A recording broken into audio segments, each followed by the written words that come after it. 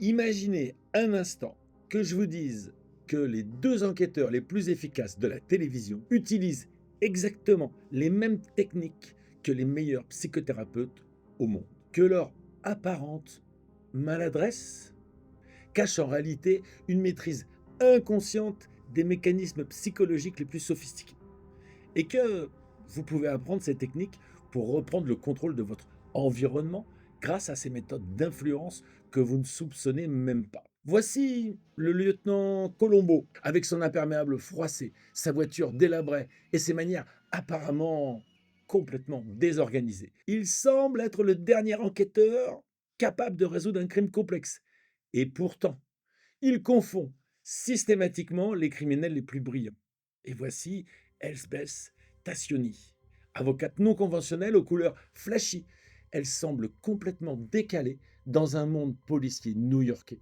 Mais elle aussi parvient à démasquer les criminels les plus retors avec une efficacité déconcertante. Ce que vous allez découvrir aujourd'hui va changer votre perception de ces personnages, car derrière leur façade de maladresse se cache une utilisation inconsciente mais parfaite des techniques psychologiques les plus avancées. Des techniques que les thérapeutes professionnels mettent des années à maîtriser. Alors, nous allons explorer ces 5 techniques principales que partagent ces enquêteurs de fiction avec les meilleurs praticiens de la psychothérapie. Vous découvrirez comment la position basse, la confusion thérapeutique, le questionnement stratégique, l'empathie calculée et le non-respect des codes peuvent devenir des outils puissants dans vos interactions quotidiennes.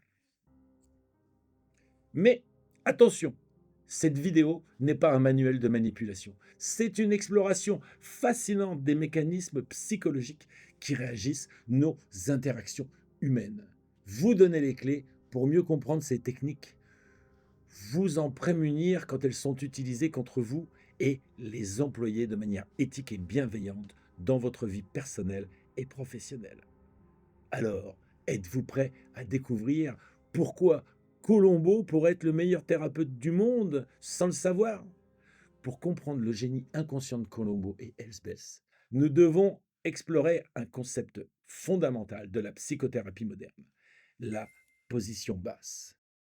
Cette approche, théorisée notamment par Carl Rogers, le père de l'approche centrée sur la personne, révolutionne la relation thérapeutique traditionnelle. Contrairement à la position haute, où le thérapeute se place en expert qui sait et qui peut, la position basse est une posture d'humilité délibérée, comme l'explique Paul Deveau, spécialiste en coaching systémique. En position basse, vous proposez mais vous n'imposez pas. Cette approche permet de laisser à l'interlocuteur la responsabilité de savoir et de pouvoir. Dans cette posture, le thérapeute utilise des précautions oratoires comme je me trompe peut-être, mais il est possible que... Ou, sans être expert de cette question, je me demande comment vous pourriez peut-être...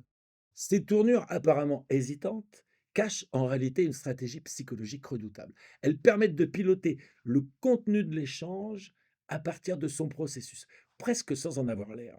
Le paradoxe est fascinant. C'est en se plaçant en bas que le thérapeute peut véritablement élever son patient vers de nouvelles hauteurs de conscience. Cette position miroir favorise la réflexion de l'interlocuteur qui, face à cette bienveillance non menaçante, devient plus intelligent grâce à la caisse de résonance que lui tend le praticien. Écoutez, docteur, je ne suis qu'un simple flic, je ne comprends pas grand-chose à tous ces trucs psychologiques. Je viens juste prendre quelques informations pour mon rapport. Colombo adopte instinctivement la position basse parfaite. Il se présente comme un ignorant, demandeur, avec la peur de déranger. Cette apparente faiblesse est en réalité sa plus grande force.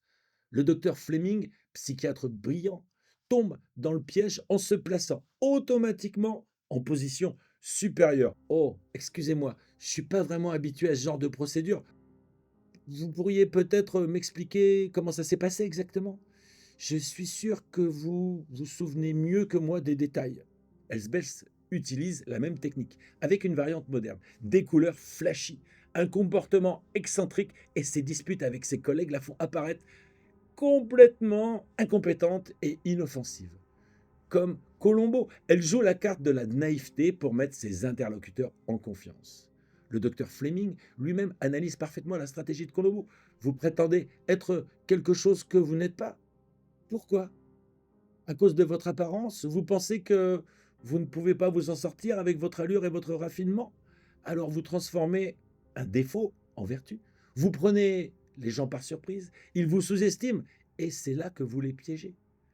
La position basse fonctionne grâce à plusieurs mécanismes psychologiques profonds. Premièrement, elle désactive les mécanismes de défense, les mécanismes de défense naturels. Face à quelqu'un qui semble inoffensif et demandeur d'aide, votre cerveau abaisse automatiquement sa garde. Nous passons du mode protection au mode assistance. Deuxièmement, elle flatte l'ego de l'interlocuteur. Quand Colombo dit «je ne comprends pas», il invite implicitement son vis-à-vis à se sentir supérieur, plus intelligent. Cette projection positive pousse la personne à vouloir aider, à expliquer, à se montrer sous son meilleur jour. Et c'est précisément dans cette volonté de briller qu'elle va commettre des erreurs révélatrices. Troisièmement, elle évite la confrontation directe qui pourrait braquer l'interlocuteur.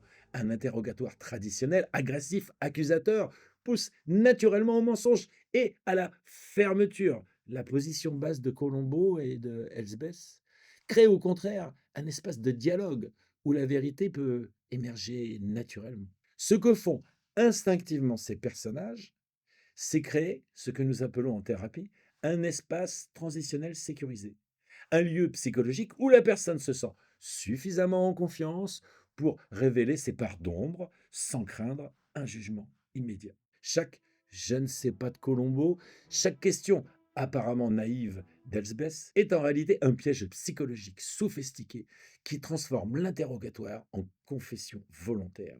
La deuxième technique que maîtrisent inconsciemment nos enquêteurs trouve ses racines dans les travaux révolutionnaires de Milton Erickson, psychiatre et psychothérapeute américain.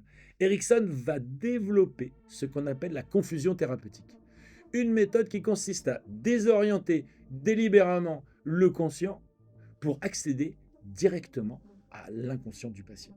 Le principe est d'une simplicité redoutable. Notre esprit conscient, celui qui analyse, juge et filtre les informations, ne peut traiter qu'un nombre limité d'éléments simultanément, quand il est saturé ou distrait par des stimuli inattendus. Notre inconscient prend le relais et révèle des informations que nous aurions normalement gardées secrètes. Cette surcharge cognitive crée ce que les psychologues appellent un état de transe légère. Dans cet état, nos filtres habituels s'affaiblissent, nos mécanismes de défense se relâchent et nous devenons plus susceptibles de révéler notre véritable nature. C'est exactement ce mécanisme qu'exploitent Colombo et Elsbeth, sans même s'en rendre compte. Analysons maintenant l'arsenal de confusion de Colombo. Son imperméable froissé et taché, sa voiture délabrée qui peine à démarrer, son chien qui apparaît de nulle part, ses cendres de cigares qui tombent partout, ses manières désorganisées. Chaque élément semble accidentel, mais leur effet cumulé est dévastateur pour l'attention de ses interlocuteurs. Lieutenant, votre voiture! Oh, ne vous inquiétez pas pour ça.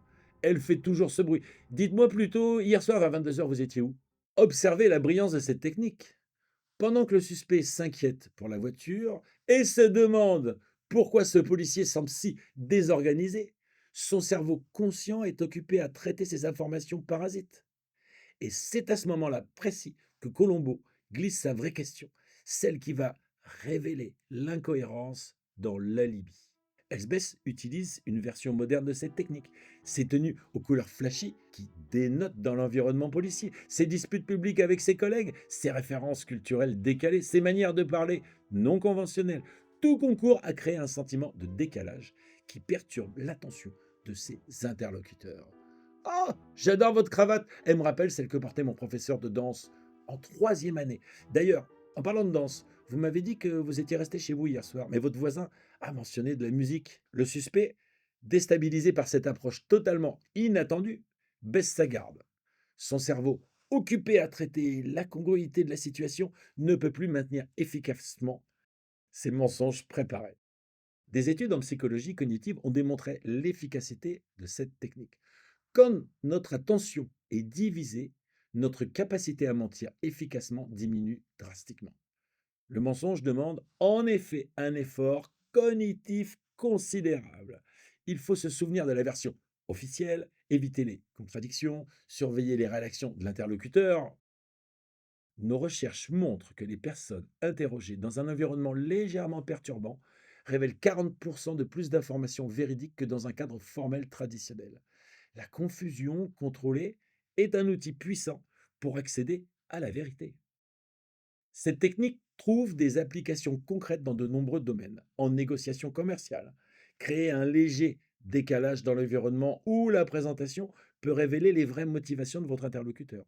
Un négociateur expérimenté pourra par exemple organiser une réunion dans un lieu inhabituel, porter une tenue légèrement décalée ou introduire des éléments inattendus dans sa présentation. J'ai appris à utiliser ce que j'appelle l'effet Colombo dans mes négociations quand je sens que mon interlocuteur me cache quelque chose, je crée délibérément un petit chaos contrôlé.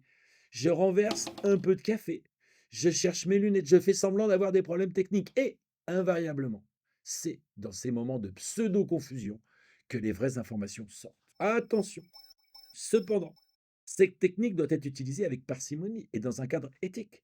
L'objectif n'est pas de manipuler pour nuire, mais de créer un espace où la vérité peut émerger beaucoup plus facilement. Et comme le disait Erickson lui-même, le but n'est pas de tromper, mais de révéler. La troisième technique que partagent nos enquêteurs avec les thérapeutes professionnels concerne l'art du questionnement. En thérapie moderne, particulièrement dans l'approche de la PNL et des thérapies brèves, on a découvert un principe fondamental.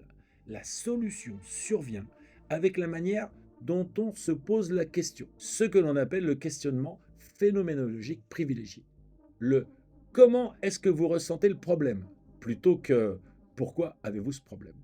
Cette approche permet d'éviter les mécanismes de défense et de rationalisation qui bloquent l'accès à la vérité émotionnelle. Regardez la différence. Si je demande pourquoi êtes-vous en colère, je vais obtenir une explication rationnelle, souvent préparée. Mais si je demande comment cette colère se manifeste-t-elle dans votre corps en ce moment, j'accède directement à l'expérience vécue, beaucoup plus révélatrice. Les neurosciences nous expliquent pourquoi cette approche fonctionne. Les questions comment activent les zones sensorielles et émotionnelles du cerveau, tandis que les questions pourquoi sollicitent principalement le cortex préfrontal, siège de la rationalisation et du contrôle. En thérapie, on cherche à contourner ce contrôle pour accéder aux informations authentiques. Colombo a instinctivement développé une technique de questionnement révolutionnaire. Le questionnement dans le désordre, plutôt que de suivre une chronologie logique qui permettrait au suspect de maintenir sa version cohérente. Il pose des questions factuelles, mais dans un ordre apparemment incohérent. Dites-moi, vous portez toujours cette montre? Et cette voiture, elle était au garage mardi? En fait, vous connaissez bien le restaurant Luigi? J'allais oublier. À quelle heure vous avez dit que vous étiez rentré lundi soir? Observez l'énormité de cette approche. Chaque question semble anodine, mais leur enchaînement désordonné empêche le suspect de maintenir une cohérence dans ses mensonges. Il est impossible de mentir efficacement quand on ne peut pas anticiper la logique de l'interrogatoire. Et puis, il y a la technique signature de Colombo. Ah, j'ai encore une petite question. Cette fausse sortie exploite un mécanisme psychologique puissant. Quand nous pensons qu'un interrogatoire est terminé, notre vigilance se relâche. C'est précisément à ce moment que Colombo place sa question la plus importante. Elsbels modernise cette technique en l'habillant de curiosité personnelle et de détails apparemment insignificatifs. Juste une curiosité personnelle. Vous m'avez dit que vous étiez fan de jazz, mais j'ai remarqué que vous aviez une partition de Chopin sur votre piano. C'est pour votre femme? Ben, vous m'aviez dit qu'elle n'aimait pas la musique classique. Comme Colombo, elle place ses vraies questions dans des moments de relâchement de l'attention. La science nous explique pourquoi ces techniques sont si efficaces. Notre cerveau traite les informations de manière séquentielle et logique. Quand cette logique est perturbée par un questionnement désordonné, notre capacité à maintenir des mensonges cohérents s'effondre. Mentir demande énormément d'énergie mentale. Il faut se souvenir de ce que l'on a dit, anticiper les questions suivantes, surveiller les réactions de l'interlocuteur. Quand l'ordre logique est brisé, cette charge cognitive devient insoutenable et les vraies informations finissent par émerger. Comparons un interrogatoire traditionnel et la méthode Colombo. Dans le premier cas, le suspect peut préparer ses réponses, maintenir sa cohérence, contrôler le flux d'informations. Dans le second cas, il est constamment déstabilisé, obligé de réagir dans l'instant, sans possibilité de préparation. J'ai commencé à utiliser ce que j'appelle la technique Colombo il y a une dizaine d'années. Au lieu de suivre un questionnaire linéaire, je mélange délibérément les sujets. Je reviens sur des points déjà abordés. Je pose des questions apparemment sans rapport. Le taux de révélation spontanée a augmenté de 60% depuis que j'utilise cette méthode. Le principe est simple. Quand trop d'informations arrivent simultanément, nos barrières psychologiques tombent. C'est ce que les psychologues appellent l'effet de surcharge informationnelle. Dans cet état, nous devenons plus spontanés, plus authentiques et paradoxalement plus honnêtes. Cette technique trouve des applications dans de nombreux contextes. En entretien de recrutement, un recruteur expérimenté pourra poser des questions sur les compétences techniques, puis soudain demander des détails sur les loisirs, revenir sur l'expérience professionnelle, puis s'intéresser au projet personnel. Cette approche révèle la personnalité authentique du candidat bien mieux qu'un questionnaire linéaire. La quatrième technique révèle peut-être l'aspect le plus contre-intuitif du génie de Colombo et de Helsbels, leur capacité à créer une véritable empathie avec leurs adversaires. Cette approche trouve ses racines dans ce que Carl Rogers appelait la considération positive inconditionnelle, la capacité du thérapeute à accepter son patient sans jugement, quelles que soient ses actions ou ses pensées. En thérapie, cette empathie authentique crée ce que l'on appelle un espace transitionnel sécurisé, un lieu psychologiquement où la personne peut révéler ses parts d'ombre sans craindre la condamnation immédiate, prendre les gens comme ils sont. C'est dans cet espace que les vraies transformations deviennent possibles. Colombo a développé une approche révolutionnaire. Il exprime une admiration sincère pour l'intelligence de tous ses adversaires, même quand il sait qu'ils sont coupables. Certains des meurtriers que je rencontre, je les aime bien aussi. Pas pour ce qu'ils ont fait, mais pour cette part d'eux qui est intelligente, ou drôle, ou simplement sympathique. Vous savez, docteur, vous êtes vraiment quelqu'un d'exceptionnel. La façon dont vous analysez les gens, votre intelligence, j'aimerais avoir ne serait-ce que la moitié de vos capacités.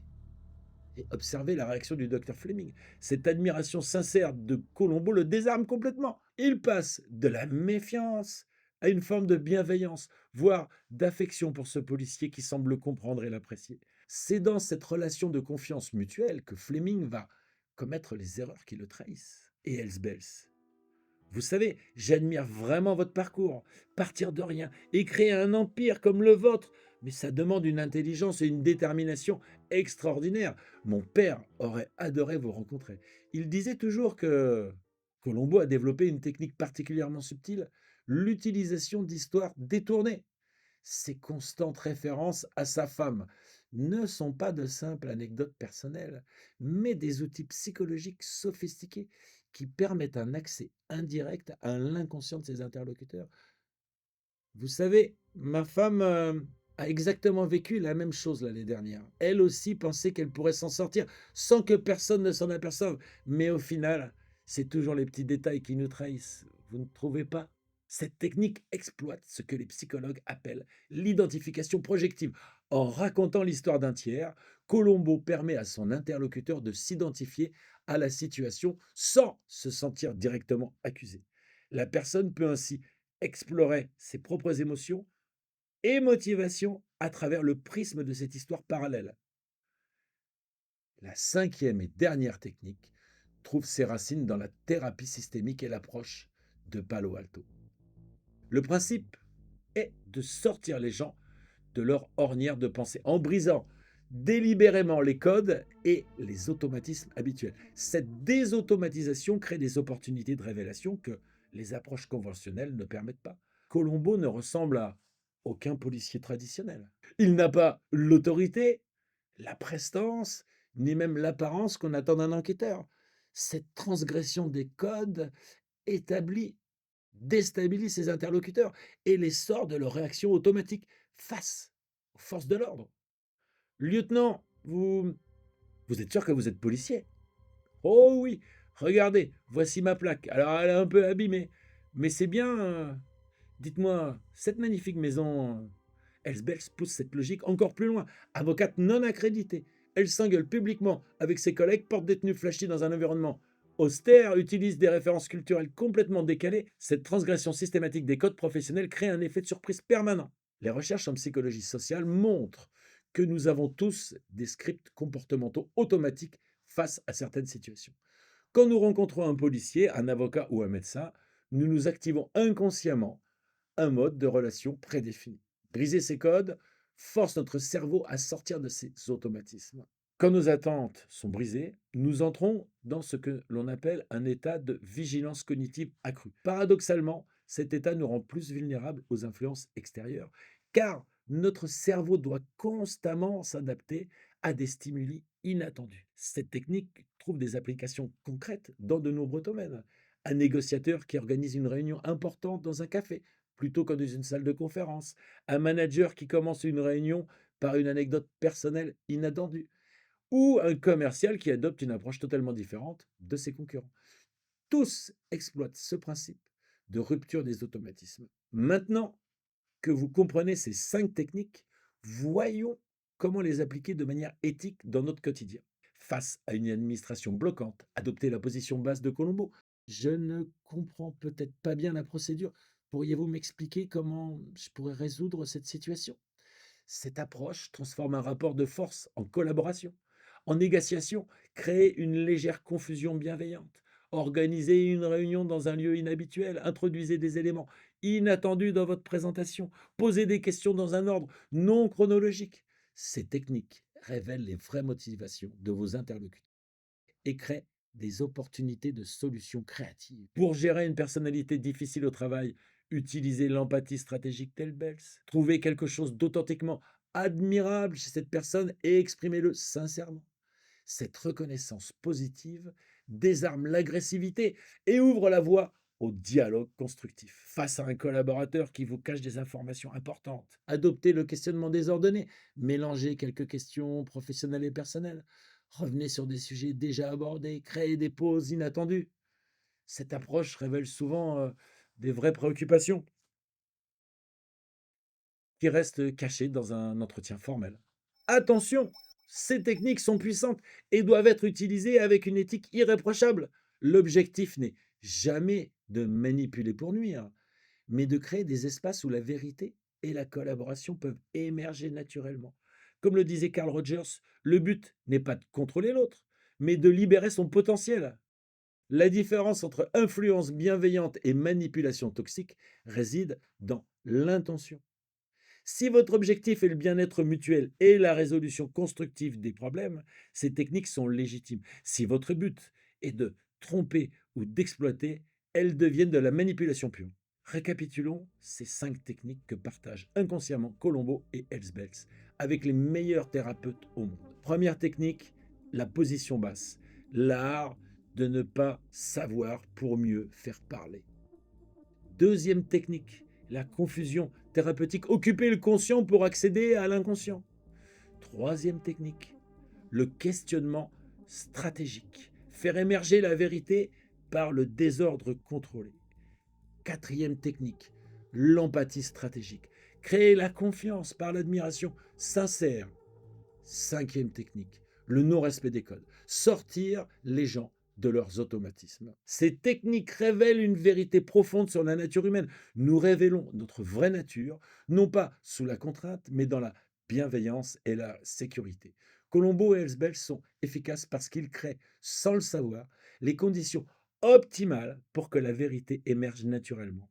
Pour le grand public, ces techniques offrent des outils d'influence éthique pour reprendre le contrôle de votre environnement.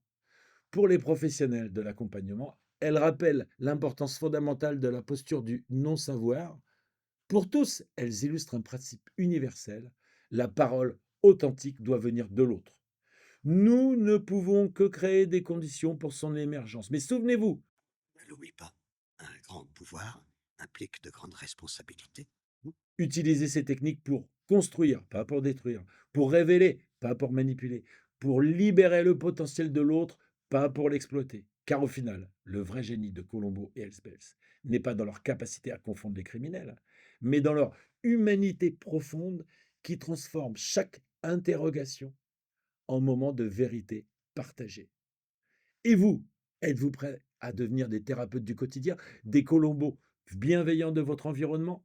La vérité n'attend que les bonnes conditions pour émerger. À vous de les créer.